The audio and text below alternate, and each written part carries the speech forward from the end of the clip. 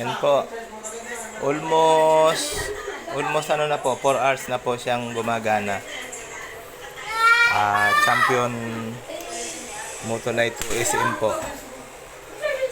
From 12 volts po, pinadaan ko po sa inverter po. Yung pong nabili kong inverter, siguro po mga 5 years na po siya. 2,000 watts po yan. Tapos, improvise lang po, DIY lang po yung ginamit ko. Tapos, pinapasok ko po sa saksakan. Tapos, yung pong saksakan, ipinasok ko po sa ano namin, sa aking outlet. Pinasok ko po dyan. Tapos, sinuplayan na po niya yung buong bahay namin ng kuryente. Kaya po kami ngayon maliwanag kahit po brown out. Pero, pag gagawin nyo po yon, siguro po, magtanong po muna kayo sa certified electrician kasi po, hindi nyo po pwedeng basta isaksak yung inverter nyo. Hindi po pwede basta isaksak yung inverter sa inyong linya ng bahay. Kailangan po, patayin nyo po muna yung main switch nyo para hindi po masira ang inverter. Kasi po, itong inverter, sensitive po yan. Yan po, gumagana po siya. 4 na oras na po siya. 2SM po na Champion ang ginagamit ko. Motolite po yan, under Motolite po. May reserva pa po akong isa pag naubos po ito. Pero matagal pa po kasi matipid po yung ginamit kong ilaw. Yung LED lang po yung ilaw ng bahay namin.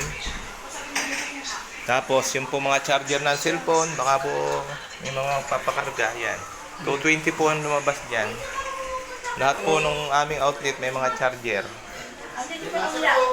Yun lang po. Yan, habang nagiinom po sila, may ilaw po kami. Yun po, yun lang po. Maraming salamat po.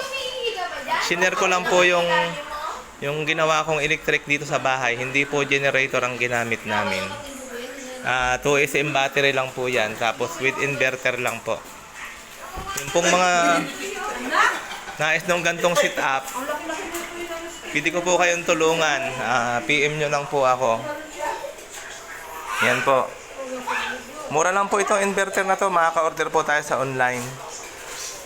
Tapos isang battery lang po 2SM na siguro almost tatagal po siya ng mga 6 hours po bago maubos. Siguro po itulog na tayo nun. Yan. Tapos pag na-charge ulit natin yung battery niyan, may reserva na ulit tayong electricity. Apo, yan po ang bahay namin. Tapos yung kusina, yan, gumagana rin po ilaw namin sa kusina kahit may bagyo. Ngayon po ay kasalukuyang bagyong Paing, mahangin pa rin po. Parang 9 PM na po yata ng gabi, mahangin pa dito sa amin sa pila. Yun lang po ang gamit naming kuryente, isang 2SM na battery.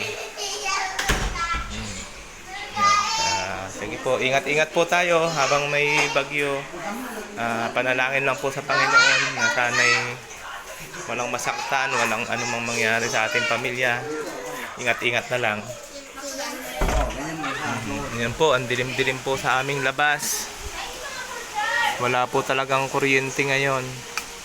Yan, binuksan ko na po yung ilaw namin sa terrace. Gana rin po yan. Sa isang 2SM na battery lang po yan. Yan, mga halaman po ni Mrs. Nandyan po sila. Basang-basa po sa bagyong Paing. Yan po. Yan, sila po. Maliwanag pa rin po. Parang generator na rin. Sige po. Bye-bye po. Ingat po. God bless po sa atin lahat.